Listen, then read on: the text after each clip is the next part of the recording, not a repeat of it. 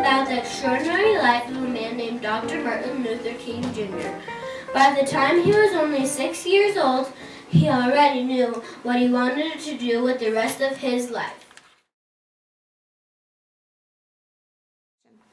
Tomorrow is my first day of school. When I get home, I'll come over to your house again to play.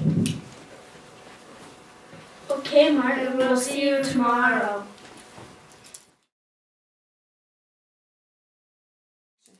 The next day, Martin went back to his friend's house. He knocked on their door. Good afternoon. Can your boys come out to play?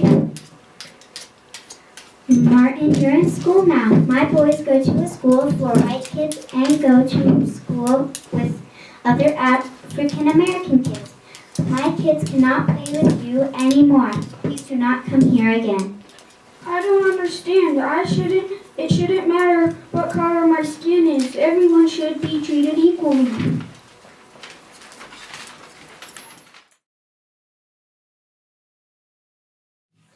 This experience changed Martin's life forever. As Martin grew up, he was determined to fight for equal rights for all people. After he graduated from college, he went to Boston University to study religion and became a preacher.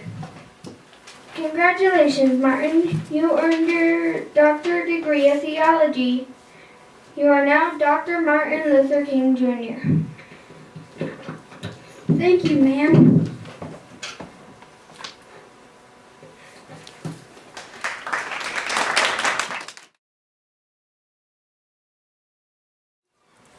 Years later, on December 1st, 1955, in Montgomery, Alabama, an African-American woman named Rosa Parks was sitting on a bus. At that time, there were bus segregation laws. This meant that African Americans had to sit in the back of the bus and had to make room for white passengers.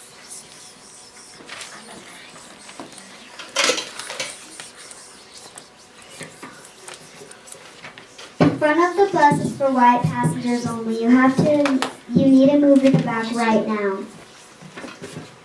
I will not move. I should have the right to sit anywhere I want to.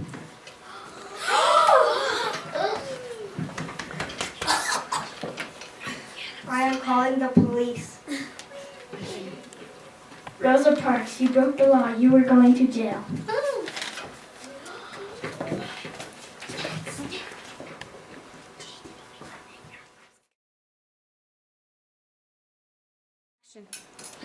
After Rosa Parks was arrested for refusing to give up her seat on the bus, the African American community started a boycott. I have a solution. Let's start a boycott. A boycott means we will not ride buses, so the bus companies will lose a lot of money.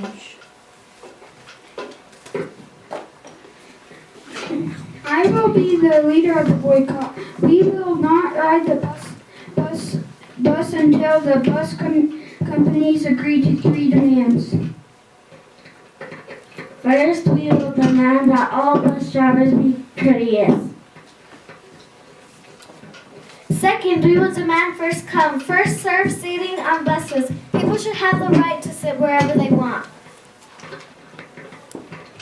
Third, we will demand that African Americans have the right to be a bus driver. People should have the right to have any kind of job they want.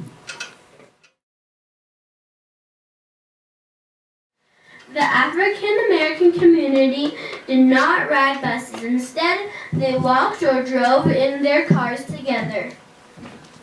African Americans are not riding our buses. We are losing too much money. We can't afford to lose any more money. It's time to give in to their demands. More than a year later, the U.S. Congress declared bus segregation laws were unconstitutional. It's not fair for African Americans to have to sit in the back of the bus. From now on, all people can sit anywhere they want. It doesn't matter what color their skin is. As you all know by now, Dr. Martin Luther King Jr. believed that all people should be treated equally. So on August 28, 1963, he organized and led a march on Washington, D.C. This is when he delivered his famous speech people called, "I Have a Dream." I have a dream! That one day this nation will rise up and live out to the true meaning of its creed. We hold these truths to be self-evident that all men are created equal.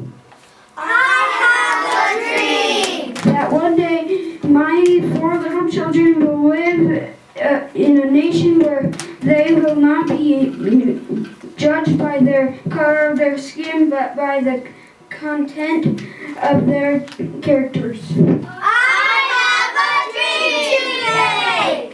That one day, that right there in Alabama, little black boys and black girls will be able to join hands with little white boys and white girls as sisters and brothers.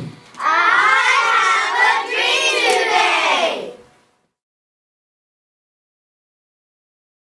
A year after his famous speech, Dr. Martin Luther King Jr. was the youngest person to ever receive the Nobel Peace Prize.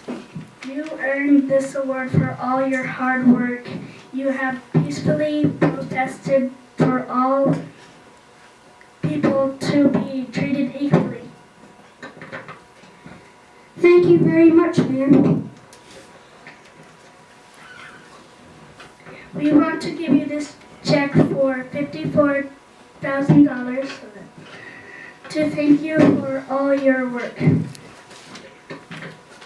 I am going to give the money to a member of the civil rights movement so they can keep working on equal rights for all people.